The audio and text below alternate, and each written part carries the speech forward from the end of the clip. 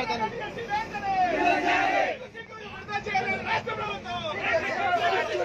జగన్మోహన్ రెడ్డి గారి ప్రభుత్వం పట్ల చాలా నిరంకుశంగా వ్యవహరిస్తా ఉంది. స్పెషల్ డిఎస్సి మెగా డిఎస్సిని ప్రకటించాలని మినిస్టర్స్ కి రిప్రజెంటేషన్ ఇచ్చాం, జిల్లా స్థాయిలో ప్రమోషన్లు చేశాం, కలెక్టర్లకి వినతి పత్రాలు ఇచ్చాం, కానీ మా మోటార్ తిలకించలేదు. చివరగా చెలో సీఎం క్యాంప్ ఆఫీస్ కి సీఎం గారికే మా విషయాలు చెప్పుకోవాలని చెప్పి ఈరోజు విజయవాడ నిరుద్యోగ అభ్యర్థులు డిఎస్సి అభ్యర్థులు తమ ఆకాంక్షల కోసం తమ భవిష్యత్తు కోసం ఈరోజు వస్తే పోలీసులు చాలా దుర్మార్గంగా కక్ష కట్టి ఈరోజు నిరుద్యోగుల్ని రోడ్డు మీద బలవంతంగా ఈడ్చి ఈరోజు దుర్మార్గంగా వ్యవహరించి అక్రమంగా అరెస్టు చేస్తున్నారు. దీన్ని మేము తీవ్రంగా ఖండిస్తా ఉన్నాం.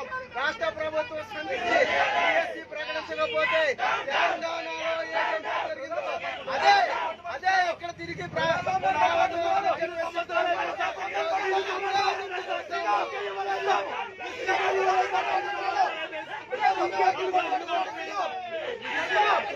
జగన్మోహన్ రెడ్డి 10 లక్షల బీఈడి టీటీసీ అభ్యర్థుల్లో నోట్లో మట్టి కొడతా ఉన్నాడు.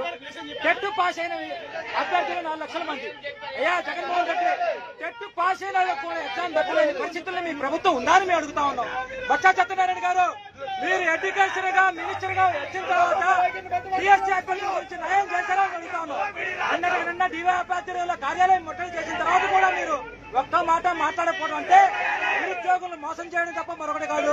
జగన్మోహన్ రెడ్డి గారు 35 లక్షల మంది నిరుద్యోగులు ఉన్నారు. ఎన్నికల్లో తగిన బుద్ధి మీకు చెప్తారని కూడా తెలియజేస్తా ఉన్నాం. డిఎస్సీకి సంబంధించి 10 లక్షల మంది ఉన్నారు. టెట్ పాస్ అయిన వాళ్ళు 4 లక్షల మంది ఉన్నారు. వైసీపీకి బుద్ధి చెబుతారు ఈ ప్రభుత్వానికి కూడా డివైఎఫ్ఐగా హెచ్చరిక జారీ చేస్తా ఉన్నాం. వెంటనే డిఎస్సీ విడుదల చేయండి. టీటీసీ బీఈడి టెట్ పాస్ అయిన అభ్యర్థులకు న్యాయం చేయాలని డివైఎఫ్ఐ డిమాండ్ చేస్తా ఉంది.